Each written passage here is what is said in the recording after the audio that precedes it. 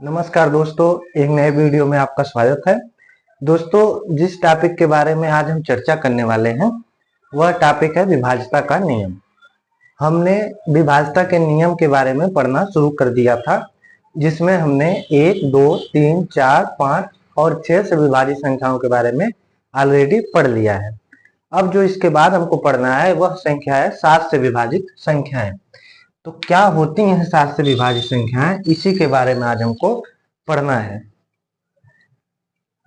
7 से विभाजित संख्याएं।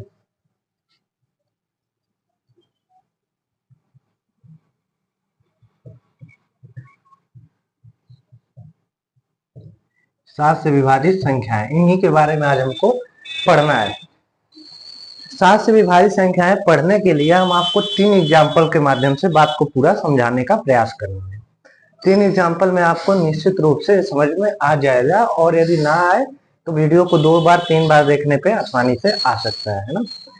फिर भी ना आए तो आप कमेंट में मैसेज कर दीजिए, जो भी आपकी समस्या होगी वह समस्या आपकी हम सॉल्व करने का प्रयास करेंगे। तो आइए 3 उदाहरण हम लेते हैं 7 से विभाजित संख्याओं की, 7 से विभाजित संख्याओं की। ठीक है, 3 संख्याएं हम ले लेते हैं।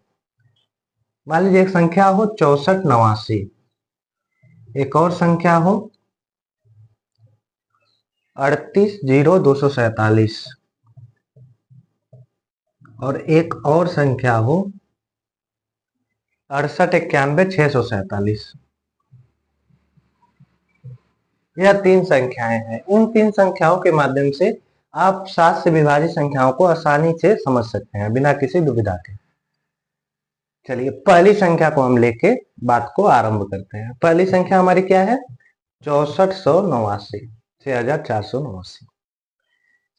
देखिए 7 से विभाजित संख्याओं में आपको क्या करना है? 3 का समूह बनाना है। कितने का? 3 का। तो इधर से बनाना है, इस साइड से, है ना। 3 का एक समूह बना 489 है, और इधर क्योंकि 3 का समूह नहीं बन रहा है तो इधर क्या हम 2 जीरो बढ़ा सकते हैं? जी बिल्कुल। तो ये भी 3 का समूह आसानी से बन गया। ठीक है, हमने 3 का समूह बना लिया। अब देखनी है आपको जो संख्या मिली, क्या मिली। जैसे इन 3 का जब हमने समूह बनाया तो हमें एक संख्या मिली 489 और एक संख्या मिली 006 यानी कि 6। ठीक, बड़ी संख्या में से छोटी संख्या को माइनस कर दीजिए, इसको हम कहते हैं अंतर। इसी को अंतर कहा जाता है ना। तो अंतर निकाल दीजिए। जब हमने अंतर निकाला तो हमको क्या मिला? 3, यहाँ मिला 8 और यहाँ मिला 4, 483। यही जो अंतर मिला ना, इसी को क्या करना है आपको? 7 से डिवाइड करके चेक करना है। तो चेक कर लीजिए। 7 6 42, बचा कितना? 6, 7 9 63। यही हुआ ना, क्योंकि ये 483 7 से डिवाइड है, इसलिए यह संख्या भी 7 से डिवाइड होगी। क्या किया हमने? एक बार फिर से देख लीजिए। हमने 3 का समूह बनाया। बड़े समूह की जो संख्या है, बड़ा जो संख्या है, उसमें से हमने छोटी संख्या को माइनस कर दिया, और जो आंसर आया उसको देखा कि क्या वह 7 से डिवाइड है। यदि वह 7 से डिवाइड है तो फिर हमको कुछ करना ही नहीं है। हम मान लिए कि हमने बड़ी संख्या भी 7 से डिवाइड है। अब क्वेश्चन आता है कि चलिए ये तो चेक खुल जाए, लेकिन अब इसको हम चेक कर लें कि क्या ये वाकई डिवाइड है या फिर नहीं डिवाइड है। यह चेक करने की बारी आती है ना। तो चेक करके देख लेते हैं। आइए, संख्या आपकी क्या है? 6489। 6489 7 से डिवाइड करके देखिए। 7 9 63, 1 8, सॉरी 1 4, नहीं 8 8 8, गलत हुआ ना। 63 हुआ ना। बचा क्या? एक कट गया, 1 बचा, यहाँ 8 बचा। 7 दूना 14, बचा कितना? 4 और 9, 7 7 49। यह संख्या डिवाइड हो जाएगी। आपने देख भी लिया, आपके सामने ही डिवाइड हो जाएगी। ठीक है, इस तरीके से आप आसानी से बता सकते हैं। ओके, दूसरी संख्या हम लेके देखते हैं, थोड़ा उससे बड़ी संख्या। उससे आपको बात और क्लियर हो जाएगी, उससे आपको दिक्कतें जो भी आपकी हैं वे धीरे धीरे समाप्त हो जाएगी। दूसरी संख्या क्या है? हमारा दूसरी संख्या है 380 247। मान लीजिए इसी को निकालना है। सेम प्रोसेस, हमको क्या करना है, इधर से 3 3 का जोड़ा बनाया है, यहाँ आसानी से जोड़ा बन गया। देखनी है दोनों में बड़ी संख्या कौन है, ये 380 है या 247 है। 380 बड़ी है, 380 को आप बाहर लिख लीजिए और नीचे माइनस कर दीजिए 247, बचा कितना, 3 3 और 133।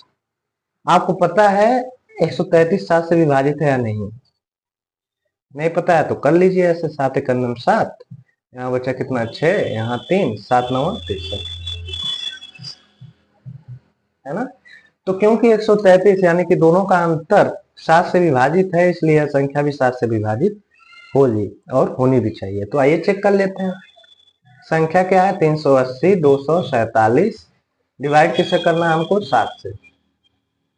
7 बचे 35, बचा कितना 3 और इधर कितना बचा 0, 7 चौके 28, 7 चौके 28, इधर बचा 2, इधर भी बचा 2, 7 तिरिक 21, इधर बचा 1, इधर बचा 4, 7 दूना 14 और इधर बचा 7 1 9 7। देखिए ये संख्या भी 7 से डिवाइड हुई। इस तरीके से आप बता लिए, है ना। इतना लंबा करना पड़ता, इससे अच्छा है हमने क्या किया, सीधे अंतर निकाला, 3 3 का जोड़ा बनाया, बड़ी संख्या में से छोटी संख्या को माइनस कर दिया और माइनस करने के बाद जो अंत में बचा उसी को हमने देख लिया कि वह 7 से डिवाइड है या नहीं। कहाँ यह 6 अंक का था और कहाँ हमको 3 अंक केवल चेक करना पड़ा। यदि आपको टेबल याद हो तो ऐसे ही बता सकते हैं 133 क्योंकि विभाजित है तो इसलिए बड़ी संख्या भी विभाजित है। इस तरीके से आप आसानी से बता सकते हैं। नेक्स्ट आते हैं हम तीसरी संख्या पे। तीसरी संख्या क्या है देख लीजिए,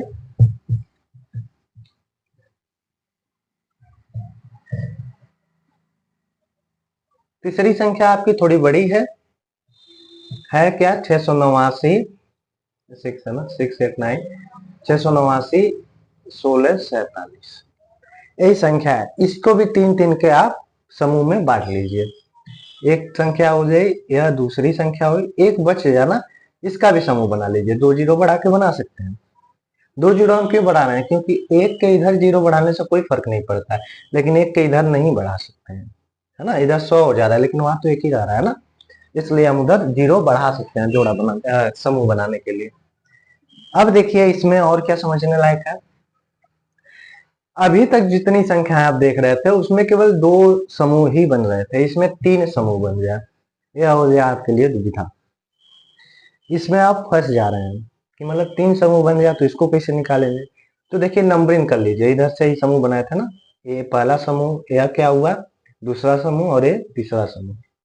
आपने पढ़ा है सम संख्याओं के बारे में और विषम संख्याओं के बारे में, तो यदि आपसे कोई पूछे कि सम नंबर पे कौन कौन सा समूह है तो आप क्या बोलेंगे, सम नंबर पे जो समूह है वह कौन सा है, 891 वाला, है ना। और विषम नंबर पे कौन सा समूह है, तो आप बोल सकते हो विषम नंबर पे एक है 647 और एक है क्या 6, क्योंकि तीसरे नंबर पे और पहले नंबर पे, यानी कि विषम नंबर पे ही हुआ ना, ये भी विषम संख्या, ये भी विषम संख्या, ठीक।